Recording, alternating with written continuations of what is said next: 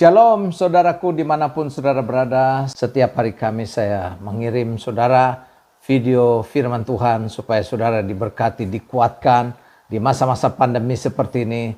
Tuhan mau supaya kita selalu berharap kepada Tuhan. Amin, puji Tuhan. Jangan lupa saudara subscribe, klik loncengnya, dan juga share kepada teman, keluarga, dan sahabat. Karena ancaman gereja di akhir zaman ini bukan karena gereja ditutup, bukan karena gereja ada masalah, tetapi orang Kristen yang mau menembus sorga dengan sendiri.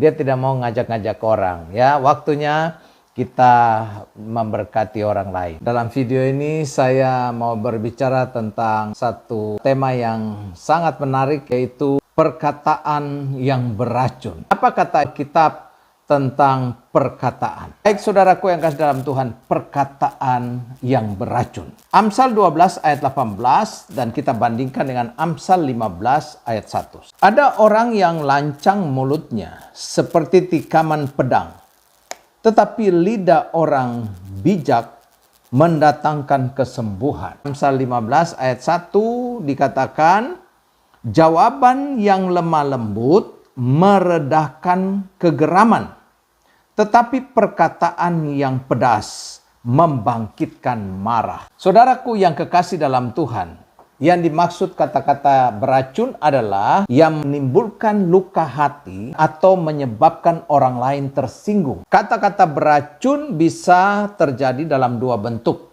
Yang pertama disengaja, yang kedua tidak disengaja. Bentuk dari perkataan beracun itu bisa saja yang pertama dalam panggilan nama. Ada orang yang namanya bagus-bagus tapi dipanggilnya nggak bagus. Contohnya Ayu, namanya Ayu. Tapi karena selalu dia mungkin gemuk dan pendek, lalu dipanggil cebol. Nah, ini kadang-kadang bikin orang tersinggung. Sekalipun mungkin nampak bercanda atau mungkin sederhana. Tapi itu nggak boleh. Yang kedua, kata-kata kasar. Kata-kata yang vulgar dan kasar mematikan jiwa. Misalnya kalau sejak kecil anak sering dibentak agar diam, maka setelah dewasa ia akan jadi anak yang tidak suka berbicara. Goblok. Kata-kata inilah yang akhirnya membuat anak-anak tidak berprestasi. Itu sebabnya di Indonesia sudah ada undang-undang tentang bully. Saya mencatat sini bahwa riset menunjukkan bahwa anak-anak yang sering dimaki dengan kata goblok oleh orang tua cenderung akan menjadi anak-anak yang bodoh dan biang keonaran. Yang ketiga, kata-kata kutukan. Tanpa disadari, kata-kata kutukan sering meluncur dari orang tua kepada anak. Kamu selalu menyusahkan orang tua. Kamu memang anak terkutuk dan sebagainya.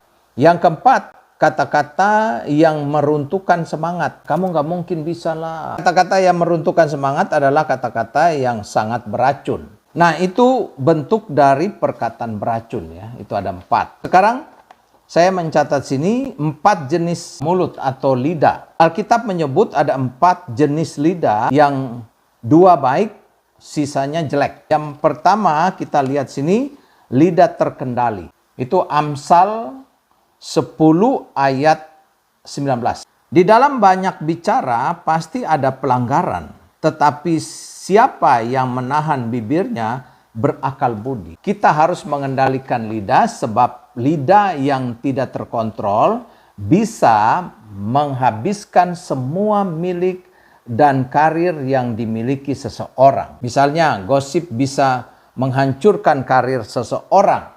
Fitnah bisa membuat perang antar desa dan sebagainya. Itu sebabnya hati-hati dengan mulut.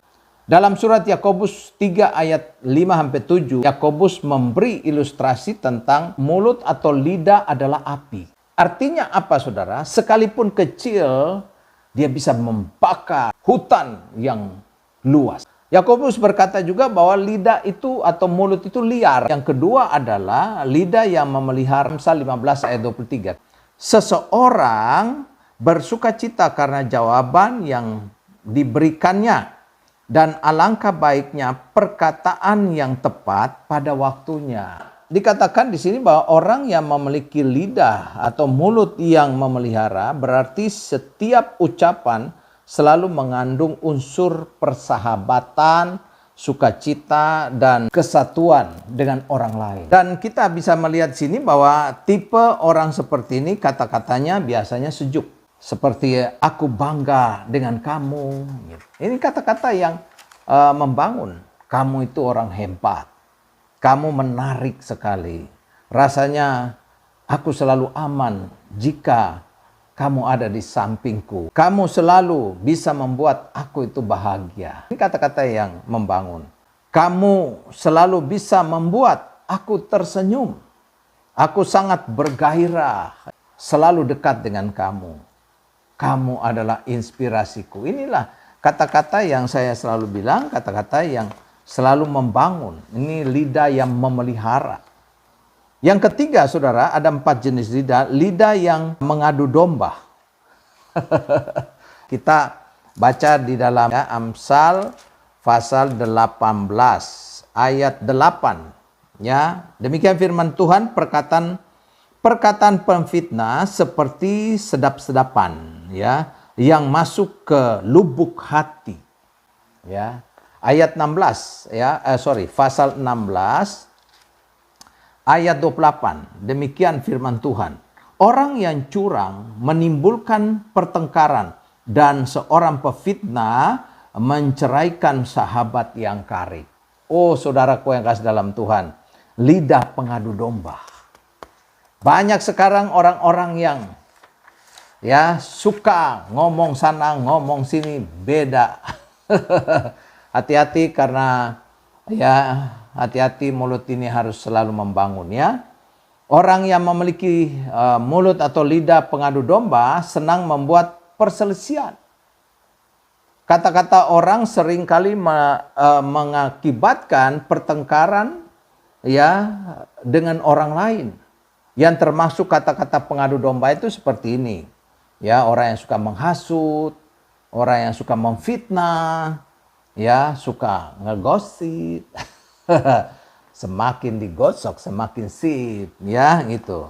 Nah, yang keempat, saudara, 4 jenis lidah atau mulut. Lidah ceroboh. Ya, Amsal 18 ayat 21. Ya, saya baca untuk saudara. 18 ayat 21, demikian firman Tuhan. Hidup dan mati dikuasai lidah. Siapa suka menggemakannya akan memakan buahnya. Jadi saudaraku yang kasih dalam Tuhan, ya, kita lihat di sini bahwa dalam kehidupan kita sebagai anak-anak Tuhan, ya, lidah yang ceroboh. Ya, lidah yang ceroboh. Lidah yang ceroboh adalah lidah orang yang berkata-kata dengan ceroboh, tanpa pikir panjang. Ya, ini perkataan yang sia-sia, ya, yang tidak menyenangkan. Perkataan itu selalu, ya, tandus alias tidak berharga, ya.